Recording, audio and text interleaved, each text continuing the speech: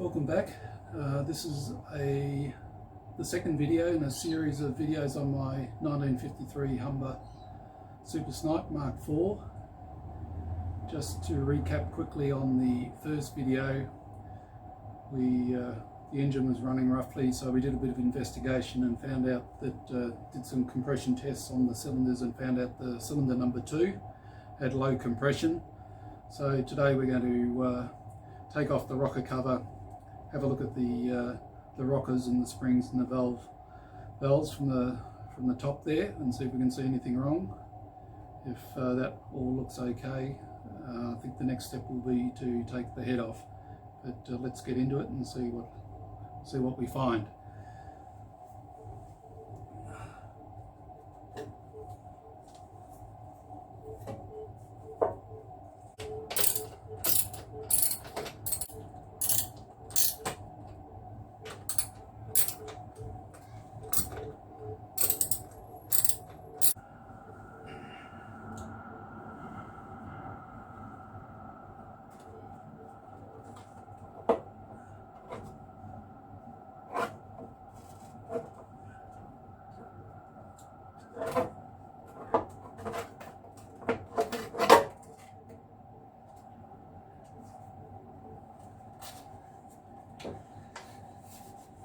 I've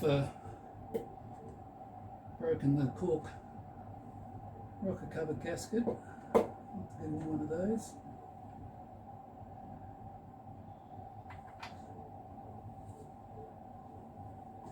There we go.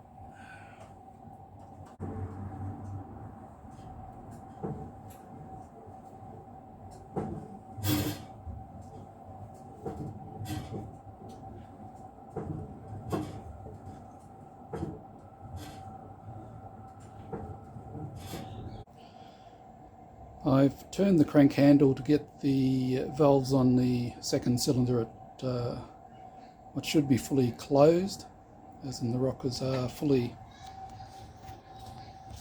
lifted up on the spring side. I've just given them a jiggle. There is a bit of play there, which I expect is normal. It also indicates to me that the spring is pushing the valve up as far as it can go. So today we're going to start taking off the head and see what we can find. So we'll first start, we'll get the air intake out of the way.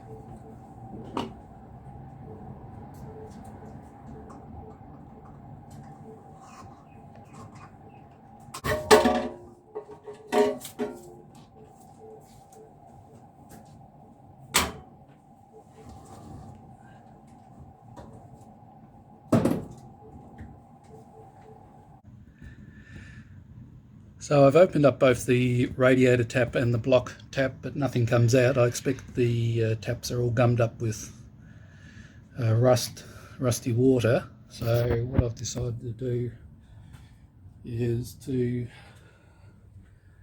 take off the lower radiator hose to let the water out. I've loosened off the clamps there already, and then I might be able to stick another plastic hose into the bottom of the radiator and siphon the rest of the water out. But I think the main idea is to at least get the water out of the head. Anyway, we'll see how that goes.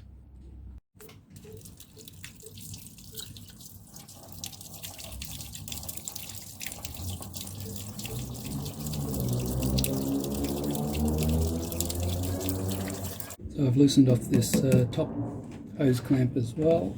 I'll try and get this the metal part of the hose out.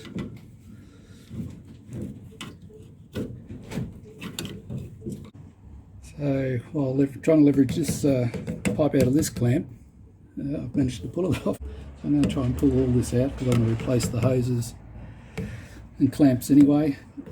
Clean up this part of the pipe, which is made of steel, I presume. There we go, we've got the lower radiator hose off. can see the water level in the radiator. I'll have a look at the... So I've removed as much water as I think I can from the engine. We'll push on with the next step, which is to remove the manifold assembly. Let me go back a page. And there we go. Disconnect the air intake cowl, which I have. The carburetor, disconnect the fuel pipe from the fan filter, suction pipe, accelerator control rod, manifold drain pipe. So let's get on with that. So here is the FRAM filter with the fuel pipe going to the carburetor. So we'll disconnect that. The other smaller pipe there is the vacuum pipe going back to the distributor. The accelerator rod to the carburetor will disconnect here, and the inlet manifold drain pipe is just down here. So we'll get on with that.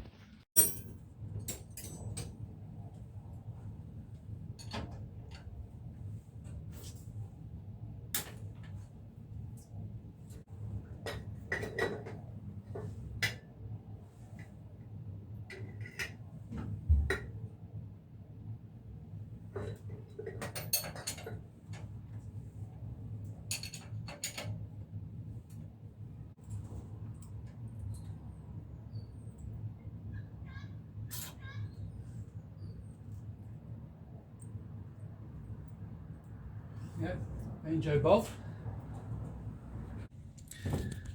So I've managed to get the fuel pipe off the carburetor, the vacuum pipe, but in the process I've twisted the pipe there, so I'll have to get a replacement when we put it all back together. Taking off the accelerator rod back there. Now I haven't been able to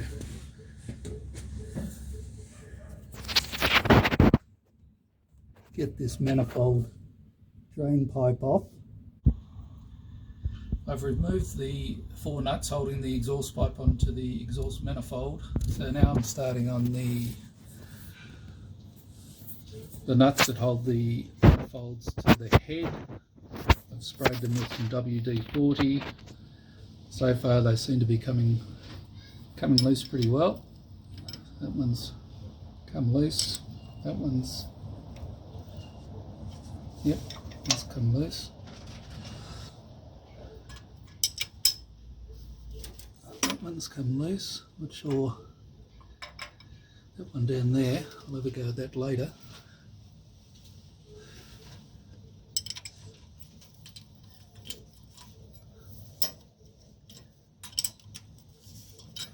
That seems to be a smaller size nut.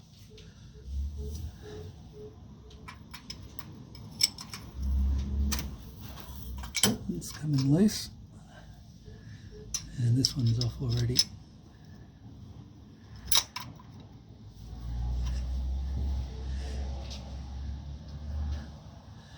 So I'm not sure if that one down there is holding the manifold onto the head, or it's just holding the imagine it is. So they look a bit harder to get at.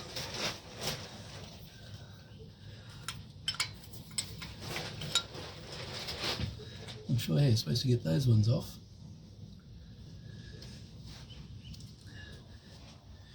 Anyway, so I've made a bit of progress. Slow progress maybe, but